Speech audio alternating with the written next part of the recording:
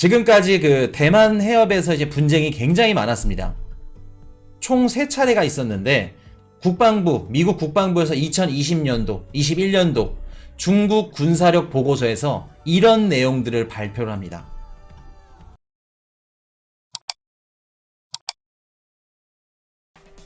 펠로시 대만 도착, 중국 대규모 군사 훈련 돌입. 당연히 왔으니까 대규모 군사해서 겁을 줘야겠지. 위기감 조성을 해야지. 그래야 시진핑 형님이 어떻게 돼요? 집권을 할 수 있지. 집결시키는 겁니다. 자, 우리 대만 뺏기지 않는다. 요런 것들. 펠로시 의장의 방문은 대만에 대한 미국의 바위처럼 단단한 지지를 보여주는 것이다. 환영의 메시지를 보냈죠. 자, 대만 방문한 낸시 펠로시, TSMC 회장 만난다. 이젠 뭐라 그럴까, 낸시 펠로시 누님이 속내를 보이기 시작했어. 대만에 가서 누구를 만나고 있어요? TSMC 회장을 만났습니다. 마크 리우라고 이제 이 TSMC 회장인데, 이 회장이랑 만나서 어떤 얘기를 했을까? 이번에 미국에서 반도체법이 굉장히 빠르게 통과가 됐고 가결이 됐고, 그 반도체법의 중심, 핵심이 TSMC죠. TSMC, 삼성, 요러한 이제 반도체 전 세계 뭐 1등, 2등 하는 기업들인데, 얘네들이 최대 뭐 수혜주고 얘네들이 또 있어야지만 또 치포 동맹이 또 형성이 되는 거기 때문에 바로 간 겁니다. 퍼포먼스를 보여준 거예요. 그 뜻은 이번에 대만 간 거는 중국에 대한 반도체를 위협하는, 치포를 알리는 그런 그 경제적인 것들, 그 정치적인 것들이 다 들어가 있는 퍼포먼스다. 그렇게 보시면 되고, 뭐 그 뜻이 바이든이 이제 가결시킨 반도체법을 극대화시킬 수 있는 퍼포먼스다. 그렇게 보시면 되고, 지금 뭐 반도체 공장을 건설하기로 했다. 애리조나주 120억 달러. 그래서 이런 식으로 지금 많이 협업을 하고 있는데, 대만을 갔다가 한국에 들어가는 게 또 중요하죠. 8월 말까지 결정 요청을 했다고 합니다. 근데 한국에서는 지금 굉장히 고민이라 그래요. 고민이 되는 게 뭐냐? 저번 시간에 이제 말씀을 드렸지만은, 어떤 고민이 있냐면, 일단은 반도체를 만들어서 뭐 메모리 칩이라든가 이런 것들을 수출을 하는데, 중국의 100%로 봤을 때 수출을 100%로 봤을 때 중국의 한 38%, 한 40% 가까이 수출을 하고 홍콩에 20% 정도 수출을 한다고 합니다. 그 뜻은 중국이랑 홍콩에 둘 다 합치면 총 100% 중에 60%를 수출한다 그래요. 그럼 미국 손을 잡으면 수출망 100% 중에 60%를 날리는 셈이죠. 흔들리는 셈입니다, 요거. 이렇기 때문에 배터리 좀 투자해야겠다, 반도체 뭐 삼성 투자하고 뭐 하고 쉽게 들어가서는 안 된다. 미국이랑 손을 잡으면 그만큼 손을 잡는 만큼 잃는 게 크다 라는 말씀을 드렸죠. 지금 제일 해골 지진 나는 게 한국, 뭐 삼성도 그렇고 한국 반도체 기업들이겠죠. 자, 지금 보시면 이런 식으로 이제 중국이 안 그래도 대만을 이제 규제를 하고 뭐 이런 식으로 가는데, 중국이 왜 그렇게 대만에 집착을 할까? 집착하는 이유, 돈, 반도체, 태평양 쪽 진출로 상하이보다 돈 잘 벌어서. 자, 중국이 대만을 이렇게 집착하고 이렇게 갖고 싶어하는 이유가 뭐냐면, 일단은 인구, 대만의 인구가 2,300만 명이라고 합니다. 그리고 이번에 그 대만 관련해서 기업들 막 지표들이 계속 나오는데, 대만만 유일하게 대만 증시가 상승을 하고 계속해서 발전을 하고 굉장히 좋았습니다. 지금 한국이랑 대만이랑 이런 것들을 비교하면은 수입 수출이 굉장히 좋았어. 대만이.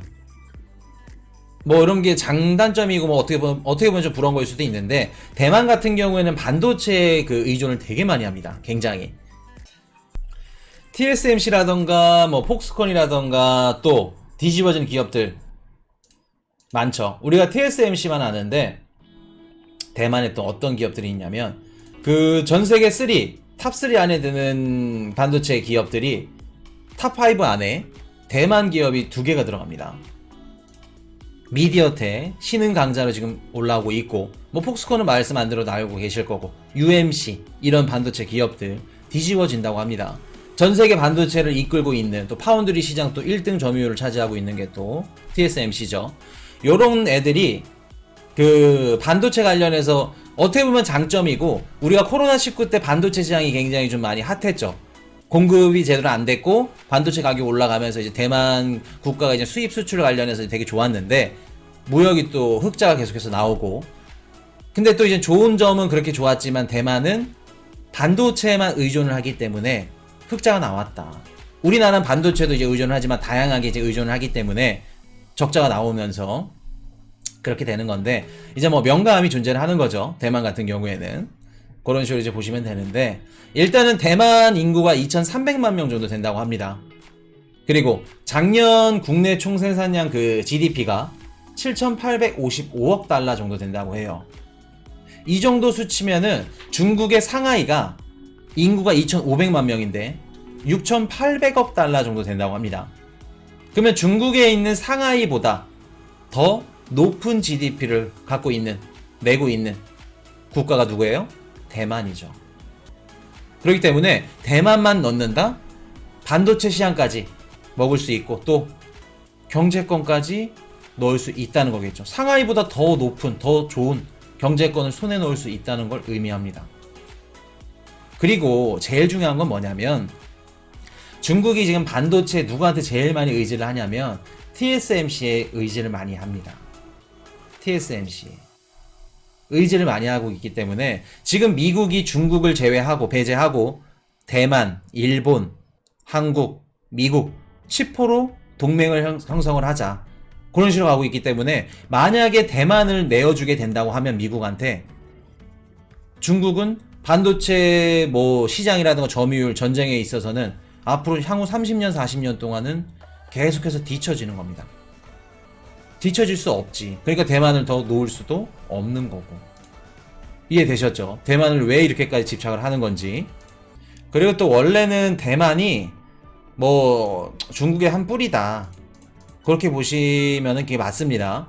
일단은 뭐 모택동이라든가 이런 애들 다 그런 애들이 이제 중국에 있고, 전쟁에서 승리한 애들이 중국에 남았고, 져서 패배를 해서 넘어간 애들이 대만으로 넘어간 겁니다.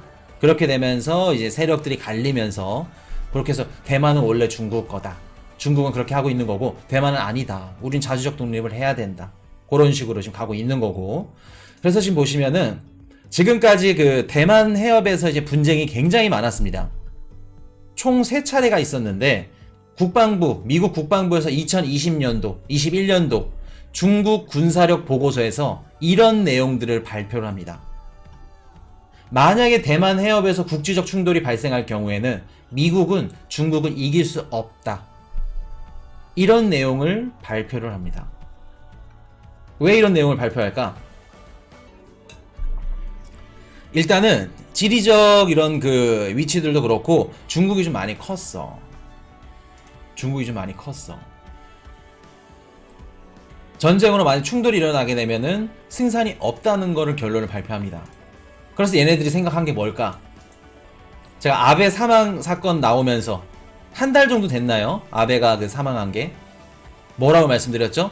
아베 사망으로 인해서 자민당이 집결을 하게 되고, 그리고 또 참의원 선거에서 이겼죠. 이기게 되면 어떻게 돼요? 이기게 됐고, 그리고 개헌에 더 한 발 앞서가게 된다. 헌법으로 전쟁을 할 수 없게끔 되어 있어. 군대를 창설할 수 없게끔 되어 있는데 그거를 개헌을 시키는 겁니다. 그러면 지리적 요건상 일본이 굉장히 가깝죠. 대만에 당장 뭐 대만 해협이 터진대. 기존에는 미국과 좀 지리적 요건이 굉장히 멀기 때문에 시간이 걸려. 근데 일본이 군사를 군비를 증강시켜서 군사를 창설하고 대만 해협에 뛰어든다고 하면 어떻게 될까? 바뀌겠죠. 그리고 미국 입장에서는 군비 증강, 군비에 들어가는 비용을 줄일 수 있겠죠. 일본이 참전을 하고 중국과 대만, 그리고 이번에 미국까지 같이 들어가게 된다고 하면 해볼만 하다는 겁니다. 해볼만 하다는 거예요. 미국 입장에서는 야, 일본 너네 우리랑 동맹인데 군화를 실지도 않고 피를 흘리지도 않으면서 동맹을 할 수 있냐, 요런 내용들을 하죠. 일본 입장에서 똥줄이 타. 야, 우리 미국만 믿고 있는데 안 되겠다, 개헌하자. 일본 국민들 설득시켜야겠지. 아베 사망이 과연 우연일까? 진짜 모르겠어요. 또 음모론 쪽으로 빠지니까 또 그렇겠지만 다 이런 것들이 지금 계속해서 연관이 되어 있는 겁니다. 연계 작업이 되는 거예요. 자, 그래서 일본이 군비를 증강해. 그럼 자연스럽게 중국도 군비 증강해야겠죠. 왜? 옆에서 일본이 시퍼렇게 또 섬 하나 갖고 서로 또 치고받고 싸우고 있어. 일본이랑 중국이랑. 뺏기면 안 돼. 일본 입장에서. 2013년도가 8년도에 지네 나라 땅이라고 일본이 들어갔죠. 발표를 합니다. 그렇게 되면서 뭐 우리나라 땅이고 뭐고 중국 하던 짓거리 또 하고 있어. 그렇게 되면서 경제적으로는 뭐 해요?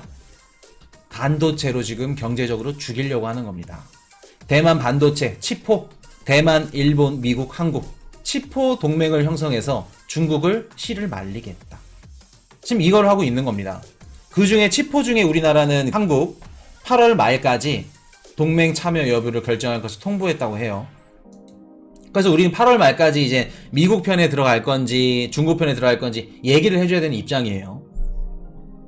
그래서 지금 굉장히 해골이 지진난 상태다. 그렇게 보시면 되는데, 자, 또 중요한 게 있어.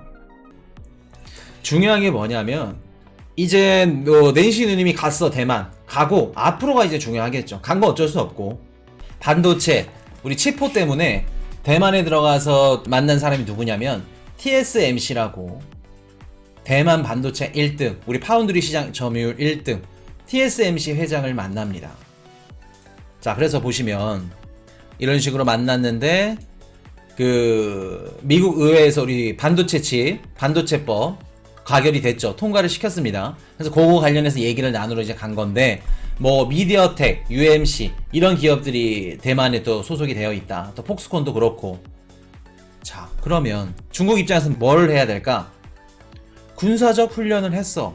군사적으로 막 위협을 해. 대만 해협에서 위협하고 또 수출을 중단해야겠죠. 중단을 하는데 생뚱맞게 천연모래 수출을 중단을 시킵니다. 야, 펠로시 누님이 대만에 갔는데 천연모래를 수출을 중단을 시켜? 천연모래 수출을 왜 중단시킨 걸까? 자, 과일, 천연모래 수출이 금지, 과일 생선 수입 금지, 뭐 파인애플 뭐 이런 것들 다 수출 금지시켰다고 합니다. 식품 2,000여 개를 수입을 금지시켰다고 그래요. 대만산 식품 3,200개 중에 2,000여 개 수입. 2,000여 개. 거의 절반 이상을 수입 금지를 시켰다고 합니다. 자, 모래, 실리콘, 반도체. 우리 또 예습하신 분들 뒤집어지죠. 이래서 재밌어. 공부를 하셔야 돼. 우리가 뭐 반도체를 어떻게 만들고 뭐가 중요하고까진 알 필요 없습니다. 천연모래를 수출을 규제한다는 거는 이제 어떤 내용이냐면 우리가 보통 뭐 반도체를 8대 공정 이런 식으로 이렇게 나눈다고 합니다. 뭐 웨이퍼, 산화, 뭐 포토, 식각, 방막, 뭐 배선, 테스트, 패키징 어차피 반도체 만들지 않을 거니까 의미 없어요. 요렇게 규정을 8대로 이제 8개로 나눠서 이제 공정을 하는데 8개 공정 중에 처음에 들어간 게 웨이퍼 공정이라고 있습니다. 웨이퍼 공정. 가장 처음 단계. 근데 여기서 필요한 게 천연모래가 필요해. 천연모래, 실리카 모래가 있다고 합니다. 뭐 농도가 뭐 95%고 뭐 실리콘 이산화 농도가 95%고 뭐 특별한 모래에서 추출한다 그래요. 알 거 없고. 천연모래에서 추출한 이 성분이 반도체를 처음 만드는 웨이퍼 공정에 필요하다는 겁니다. 뭐 순도 높은 실리콘을 주로 사용하는데 뭐 석회질 농도가 95% 이상. 근데 그게 천연모래에서 추출이 된다. 그러면 중국이 천연모래를 대만한테 수출을 해주면서 뭐 싸게 수출을 해주면 대만도 뭐 싸게 이렇게 반도체를 지급해주던가 그런 식으로 가겠죠. 반도체를 만들지 못하게끔 천연모래 수출을 금지를 시킵니다. 요런 것들도 반도체 공급에 차질이 생길 수 있겠죠. 차질이 생길 수 있다는 겁니다. 추후에 공급망 대란 현상이 또 일어날 수 있다는 거예요. 코로나19 때처럼. 그럼 우리가 생각하는 또 물가 안정화에도 또 차질이 생기는 거고. 근데 대만이 이렇게 그냥 뭐 당하고만 있지는 않아. 대안책들이 좀 몇 개 있습니다. 2007년도에 똑같이 중국이 대만이랑 사이가 안 좋으면 맨날 하는 게 뭐냐면 제일 우선적으로 천연모래를 수출을 금지시켜. 왜? 대만이 반도체의 치중이 굉장히 높기 때문에 반도체 공장이 무너지면 대만도 무너지는 겁니다. 우리나라 이퀄 삼성이라고 할 정도로 우리나라만큼 이렇게 의존도가 막 높지는 않지만 대만은 굉장히 높아요. 그래서 반도체를 만들지 못하면 대만 국력이 떨어지는 걸 뜻합니다. 그걸 잘 알고 있어 중국은. 그러면 대만과 문제가 생길 때마다 천연모래 수출을 금지시켜. 2007년도에도 천연모래 수출을 중단을 시킵니다. 그러면 대만은 어떡할까? 다른 데서 갖고 와야겠죠. 그때 방안 강구해낸 방안이 대만이 이제 북한한테 천연모래를 이제 수입하기 시작합니다. 북한에 대한 천연모래 수입이 증가하게 되죠. 그런 식으로 그런 방안책들이 있기 때문에 주구장창 뭐 무조건 반도체가 중단이 난다, 뭐가 난다 그렇게 말씀드리기는 어렵습니다. 그럼 한국도 그렇고 여러 이제 국가들이 있기 때문에 대체할 수 있는 국가들은 충분히 있다. 그래도 중국이 이렇게 수출해주고 하는 것들 당연히 차질은 생긴다. 그리고 뭐 천연모래 이런 뿐만 아니라 식품 3,200개 중에 2,000개가 수입이 중단이 됐다고 해요. 그 뜻은 대만의 또 물가 상승률에 또 견인을 한다는 얘기겠죠. 그런 식으로 중국이 북한한테 압박 넣진 않을까요? 압박은 넣겠는데 북한이랑 중국이 사이가 좋을까? 우리가 뉴스 기사들만 보면은 중국과 북한이 뭐 이념이라든가 체제가 이제 비슷하니까 좋아 보이죠. 보이는 것만 보시면 안 됩니다. 듣는 것만 듣고 보이는 것만 믿으시면 안 돼요. 그렇기 때문에 이런 것들은 충분히 열려 있다. 수입 대체 방안이 열려 있다. 그리고 아마 대만은 이제 미국이 대만을 계속해서 가져갈 겁니다. 왜냐면 이제 기술력이라든가 이런 것들 대만이 지금 반도체 시장을 또 선도하고 있기 때문에 이런 것들을 위해서라도 미국이 향후 몇십 년간은 대만을 갖고 간다. 근데 대만이 필요 없어지게 되면 언제든지 또 팽당할 수 있다. 사우디가 미국이랑 거의 몇십 년 동안인가요? 1900 이제 초반대부터 2000년대까지 2018년도에 우리가 셰일가스 혁명이 딱 터졌으니까 그 전까지 거의 한 100년 조금 안 되게 사우디아라비아랑 사이가 좋았죠. 중동이랑. 지금은 버렸죠. 미국이. 굳이 필요가 없다는 겁니다. 그러면 대만도 나중에는 중국이 갖고 간다. 무조건. 중국이 갖고 가되 그 시점이 언제냐? 미국이 대만한테 반도체 기술을 필요로 하지 않을 때. 더 이상 필요가 없을 때.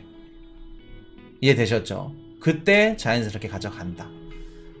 자연스럽게 가져가면서 뭐 이렇게 서로 주고받고 하는 것들이 있겠죠. 그런 것들. 그렇기 때문에 우리가 이런 국제 정세를 알고 계셔야 돼. 반도체법이 어떻고 반도체법을 극대화시키기 위해서 낸시 펠로시 누님이 대만에 가서 어떤 얘기를 했는지 이런 것들 알고 계셔야 됩니다. 그리고 한국 주식 하시는 분들 반도체 관련 주식들 주가 뛸 것 같아요. 뭐 이럴 것 같아요. 조심하셔야 됩니다. 주구장창 그냥 그거 믿고 들어가시면 거꾸로 가요. 중국에 대한 반도체 수출량이 60% 차지한다고 말씀을 드렸죠. 미국이랑 붙어먹게 되면 중국 수출 60%가 날아간다는 걸 뜻합니다. 이해되셨죠? 그러기 때문에 이런 것들 알고 계셔야 된다는 거 주변 친구분들한테도 알려주셔. 야, 코인 이슈 방송을 봤더니 반도체 관련 기업들 쉽게 투자하면 안 된다더라. 이러한 리스크가 있고 이런 위험성이 있다더라. 말씀을 꼭 해주세요. 해주시고 지금 미국, 중국 분쟁이 이제 앞으로 계속해서 지속이 될 겁니다. 지금 이제 대만 갖고 뭐 군사훈련 내일부터 뭐 들어간다고 하는 얘기들이 이제 나오는데 계속해서 시장의 불안감을 형성하는 뉴스들, 기사들이 계속해서 나올 거예요. 그렇게 되면 우리가 기대했던 8월달 또 여름에 우리가 원하는 저점 나올 수 있다. 그렇게 보시면 될 것 같고 일단은 8월 10일날 단기적으로 봤을 때 10일날 미국 CPI 중요하다. 그리고 오늘 증산 얘기, 오펙 플러스에서 증산 얘기가 나왔기 때문에 단기간에는 8월 10일 전까지는 또 반등이 나올 수 있는 확률이 높다. 반등이 나오지만 그 반등폭은 적다. 왜? 시장은 증산한 양이 많다고 판단하지 않습니다. 그래도 아직 공급량이 수요에 못 따라간다. 그렇기 때문에 국제 유가가 지금 오르고 있다. 그렇게 해석을 하시면 되겠습니다. 그리고 이런 것들로 인해서 우리가 또 알 수 있는 거, 이런 것도 시그널인데 또 하반기에 가면 갈수록 물론 8월달 CPI 코인 이슈 생각도 9.1%보단 높게 나오지 않을 겁니다. 낮게 나올 거예요. 근데 그 낮게 떨어지는 물가가 떨어지는 폭이 적을 거다. 저조할 거다. 큰 폭으로 떨어지진 않을 거다. 우리가 드라마틱하게 막 뭐 8%, 7%, 6% 이런 식으로 떨어지기는 힘들다. 겨울에 가면 갈수록, 그리고 미국과 중국이 싸우면 싸울수록 물가 잡기는 더욱더 힘들 거다. 그래서 지금 상황 보시면 바이든은 물가를 떨어뜨려서 표를 얻기보다는 차이나 베이싱으로 표를 얻는 거를 더 내세우고 있다. 그렇게 보시면 되겠습니다. Hey, I got a confession. Been losing all momentum. Just because it's easy, that don't make it better.